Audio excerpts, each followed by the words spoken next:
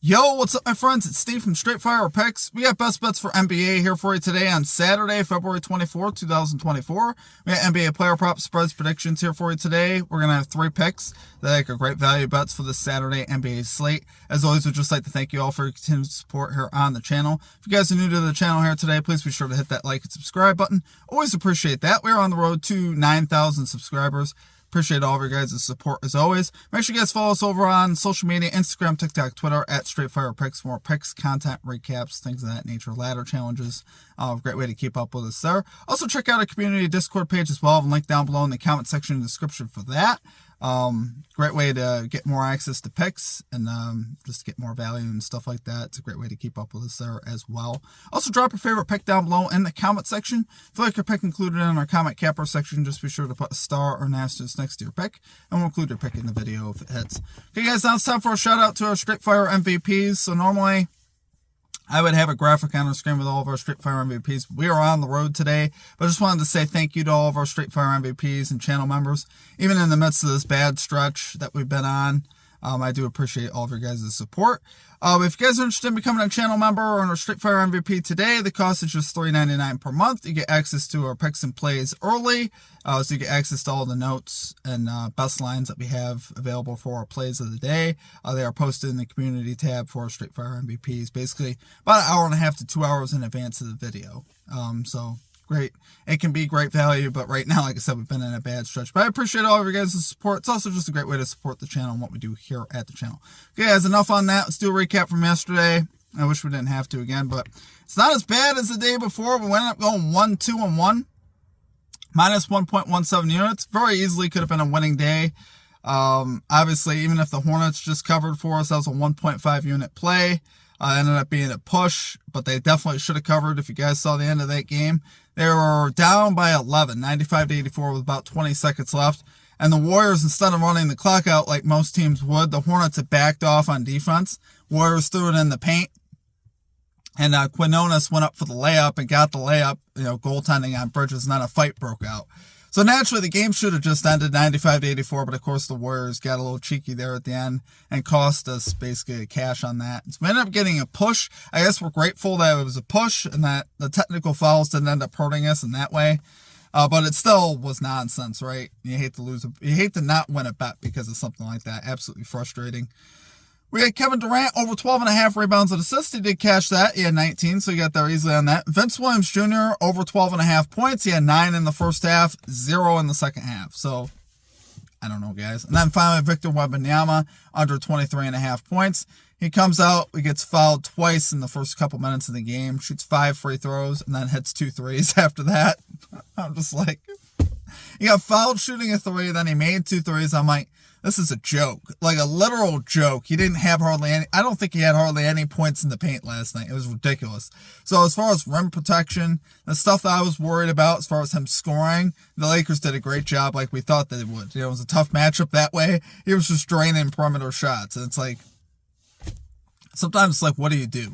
But he ended up having, I believe, 16 in the first quarter and 11 the rest of the game. So very frustrating, guys, the way that went down, but sometimes that's just the way the cookie crumbles. That's the way it goes. You get really unlucky on some stuff. But I still thought the picks yesterday, honestly, were picks that I liked, even at the end of the day, even though we didn't cash. There were still picks and looks that I liked. Vince Williams, maybe a little bit hesitant now, just because of the volume. But I really anticipated him cashing that, and unfortunately he didn't. But what can you do? As far as our comment cappers, Triple B had Devin Booker over 8.5 first quarter points. Eric May had Brandon Miller under 20.5 points. And Lit Picks had the Milwaukee Bucks money line. So great calls from our comment cappers.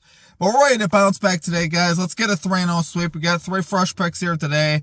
And we're adding in a little bit of a hitch here. A little bit something different. I'll touch on that here in a minute. Let's get right into our picks, though, guys. At number 1, we got Wendell Carter Jr. over 18.5 points and rebounds. Minus 102 odds here on FanDuel for the Orlando Magic, Wendell Carter Jr. So this was actually my friend Johnny's pick. I handed him the laptop, and I was like, listen, Johnny, find me a lock. And so this is what he came up with, and I really like the play here today. So this is Johnny's pick for us today. So 4 of his last 10 here for Wendell Carter Jr. doesn't sound great, but 6 of his last 10 here on the road to this line 4 of his last 5, though, versus the Detroit Pistons with logs at 22, 24, 28, 23, and 11. I really do like the matchup. Now, if you look over the last 7 games, Pistons allowing the 5th most rebounds, the 21st most points to centers. Doesn't sound great. But I believe the size that Carter Jr. has on Duran inside, you got both guys listed at 6'10", but Wendell Carter with a little bit more beef at 270 and Duran at 250 for pounds. So I think this is finally a matchup that Carter Jr. could take advantage of here on the inside. I think he'll have a great chance here to not only score, but also to get some rebounds. For the season, the Pistons allowing the 12th most points to centers and the 11th most rebounds to centers for the year. So overall, it's a pretty good matchup for him, and I like the fact that he's on the road as well. Carter Jr. kind of getting back into the swing of things still, finally starting to catch those better minutes. So he should play, 25 to 30 minutes, and I think he'll have a great chance here to cash this line. And he does like to shoot the 3 and stretch the floor. So if you get Duran away from the basket as well, I think that'd be good here. And I really love the odds of him going over. So, like I said, love the spot here for Carter Jr. on the road. Love it there for our number 1 pick. We got Wendell Carter Jr. over 18.5 points and rebounds, minus 102 odds on FanDuel. Okay, and at number 2, we got the Boston Celtics minus 6.5 spread here versus the New York Knicks, minus 110 odds on FanDuel.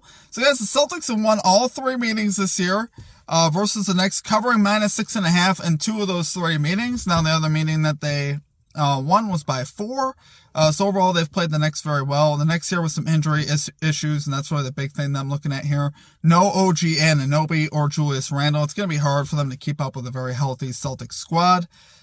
That's really the big concern that I see here. You got the Celtics here 6th, Knicks 17th in defensive rating over the last 10 games. Celtics 1st, Knicks 12th in offensive rating over the last 10 games. So the Anunoby thing is probably the biggest thing to me. You saw the Knicks playing really well with Anunoby on the floor, and then without him, it hasn't quite been the same. And I think it's just going to be too hard to keep up versus the Celtics squad without OG Anunoby in particular. Knicks have fallen back to the middle of the pack in both offensive and defensive rating without Anunoby. So, honestly, I love it. I think the Celtics are just too healthy. They're too good. They're 44-12 on the season. I know they're probably a popular team to bet on, but I love it here for our number 2 pick, guys. We got the Boston Celtics minus 6.5 spread here versus the New York Knicks, minus 110 odds on FanDuel.